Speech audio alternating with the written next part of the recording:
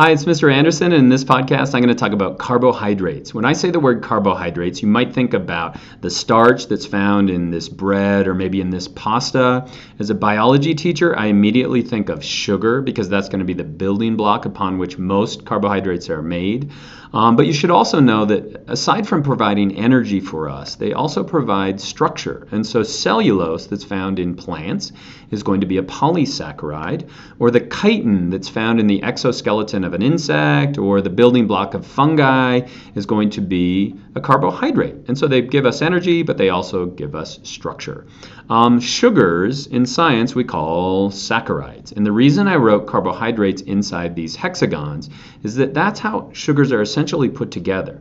And so if we have just one of these sugar molecules, we call that a monosaccharide. So an example could be glucose. If we have two of them together, we call that a disaccharide. An example could be table sugar or sucrose. It's actually one glucose and one fructose molecule. If we have about 3 to 10 sugar molecules, we call that an oligosaccharide. And then if we have a whole bunch of sugar molecules attached together, we call that a polysaccharide. And so glycogen would be an example of that. And so basically, the empirical formula of all carbohydrates is going to be the same. In other words, we have a ratio of 1 to 2 to 1 in the amounts of carbon, hydrogen, and oxygen. So we have twice as much hydrogen as we do carbon and oxygen. Can you see why they're called carbohydrates? We've got a carbon out here, and then we have water. So it's a carbohydrate. Good way to remember that. If we look at a simple monosaccharide, it's going to have 6 carbon, 12 hydrogen, and 6 oxygen. And so the simplest, the sugar upon which life is built is called glucose. And so glucose has 6 carbons. We could look at them. There's one here, here, here, here, here, and here. So they're going to be at the junction points on this ring. In an aqueous solution or in water, they're going to form these rings. But you can also see that there's going to be a lot of oxygen. So we have all these hydroxyl groups around the outside.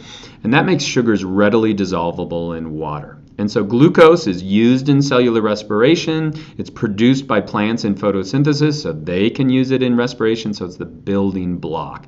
A lot of the different sugars that I'm going to show you in this podcast are built upon glucose. But there are other ones. We've got the fructose. Fructose is going to be you can see it's a 5-sided sugar. It's going to be a little sweeter than glucose, and it's going to be found like in fruit or high fructose corn syrup. And then we have galactose, and galactose is going to be a little less sweet than glucose. But these are the basic 3 monosaccharides. What's cool about these, they all can readily be moved into our blood supply. And so these are flowing through your blood right now, these little monosaccharides. If you ate pasta, for example, we first have to break that down into its monosaccharides before we can move it through the blood and then into the cells in our body.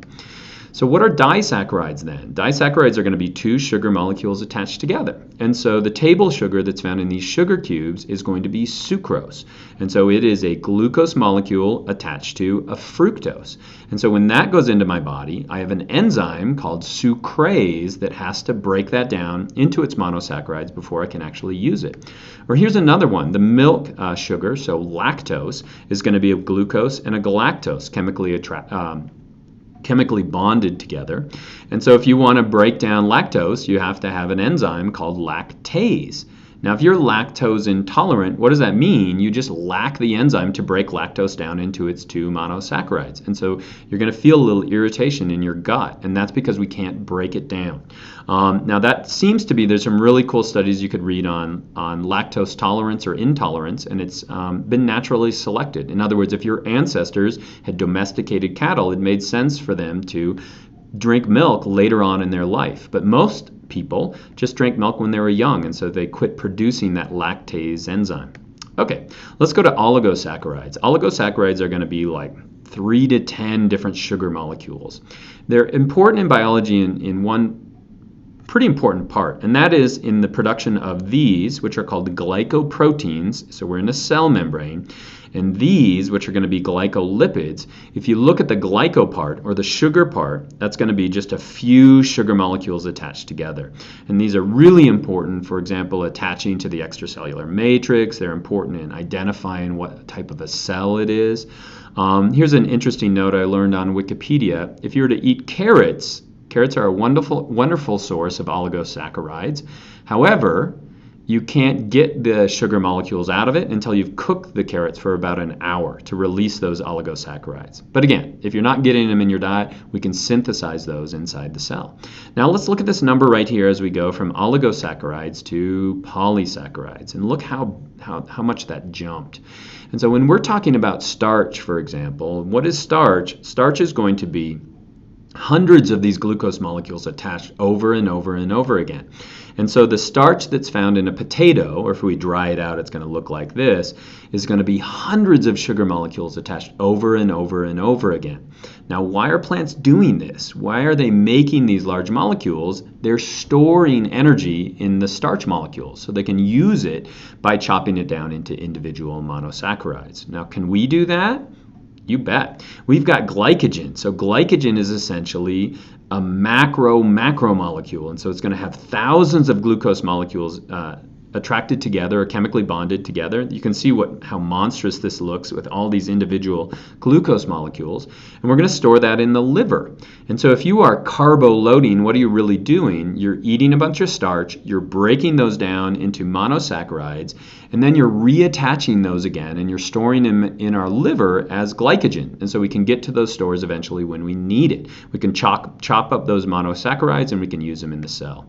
But we also get structure, remember. And so cellulose that makes up that structure in a lot of plants, you can see here it's going to be a bunch of sugar molecules attached over and over again, but we're going to have these hydrogen bonds that cross bond between the different polysaccharides. It makes them incredibly durable. If you were to eat wood, but you don't have the enzymes to break it down inside your gut, and so it's going to go in as wood and it's going to come out as wood. And so if we want to break down cellulose, we have to get help, and we have to get microscopic help. And so like a cow, for example, is going to have a bunch of bacteria and other microscopic life that lives in their gut that can break down that cellulose, and so they can eventually get to sugars. But it's not that easy. So how do we do all this building, and how do we do all this breaking? Well, there's basically two processes. Since it's a polymer, we can use hydrolysis. Hydrolysis is simply breaking the sugars. And so right here we have a lactose molecule. You can see it's a disaccharide. And so what we can do is we can add a water. And when we add a water, we can break this bond right here, and we can make two monosaccharides. And so hydrolysis is simply breaking them apart. Enzymes help on this as well. And then a dehydration reaction is when we're going to have two monosaccharides and we go in the other direction. So when we're actually making lactose, we're taking two monosaccharides, we're losing a water, and then we're making that covalent bond between them. And so again, we can build, we can make them smaller, and then we can eventually break them down in respiration. Now, if we were to look at sugars, are they a good thing? Well, evolutionarily, they're very important. Why do we love sugar so much? It's because sugar is usually an indicator of fruit, and fruit is going to have a lot of other vitamins in it that we need. And so humans are essentially programmed to love sugar. Sadly, what we've done is we started to put sugar in everything. And so this, I didn't even know this. They made this. This is a double big gulp. So if you had this much soda, it's made of high fructose corn syrup. So basically, we're enzymatically breaking down corn to make this fructose, this really sweet sugar. And it's killing us. We're seeing an increase in heart disease, an increase in diabetes as a result of that. And so a little bit of sugar is good. We need it for energy, obviously, but too much is probably bad. And I hope that was helpful.